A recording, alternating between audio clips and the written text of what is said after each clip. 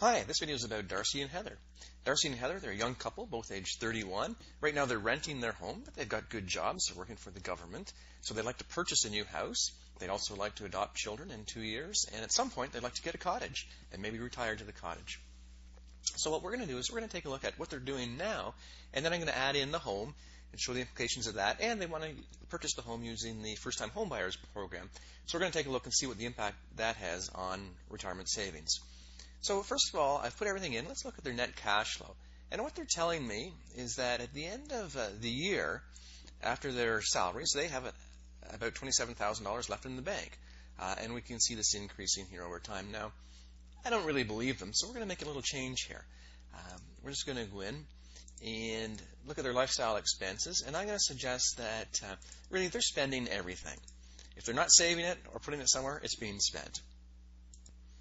So now what we can see is that we're spending everything that's coming in. Okay, and if I drill down on this a little bit, this shows the income that's coming in, about $105,000. This is in today's dollars. And we see retirement at age 65. There's a little bit of a drop here, but their pensions start to kick in. They start to get government benefits like CPP, old age security. And then these are the little bit of RRSP savings that they have. They start to kick in at age 71. So one thing they can look at when they see this is they say, you know what, maybe we don't need to make RRSP contributions anymore or retirement savings. We can devote that money to homes, children, and cottage.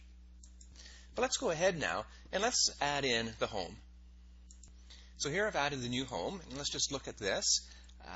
The home was purchased for $300,000.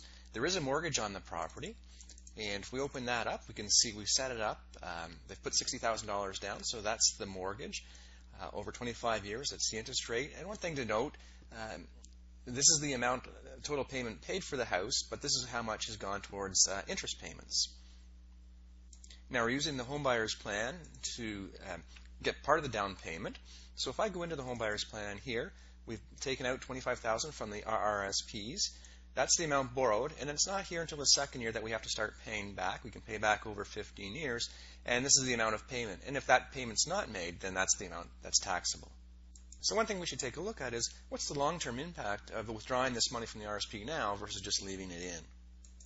Okay, so here we have our side-by-side comparison, and we can see that here we're both starting with the same amount in RRSPs, and then the home is purchased here using the RRSPs in 2014. So if we go down to 2045, which is in retirement right here, we got 118, and we go to 245 right here. So we can see the difference here. So this is using the home buyer's plan, and this is just leaving the money invested in the RRSP. So for sure we can see that they would have been better off to leave the money in the RRSP. However, if they did that, they probably wouldn't have the money to buy the house. And you can withdraw money from the RRSPs for the home purchase. You can't withdraw money from the RRSPs to do a cottage or to adopt children. So it makes sense to do the RRSP withdrawal. Well, and as for the adopting the children in the cottage, well, according to their spending, they still have surplus cash flow of $23,000 a year that's not allocated for something. So if they want to allocate that for children or a cottage, there is the money there.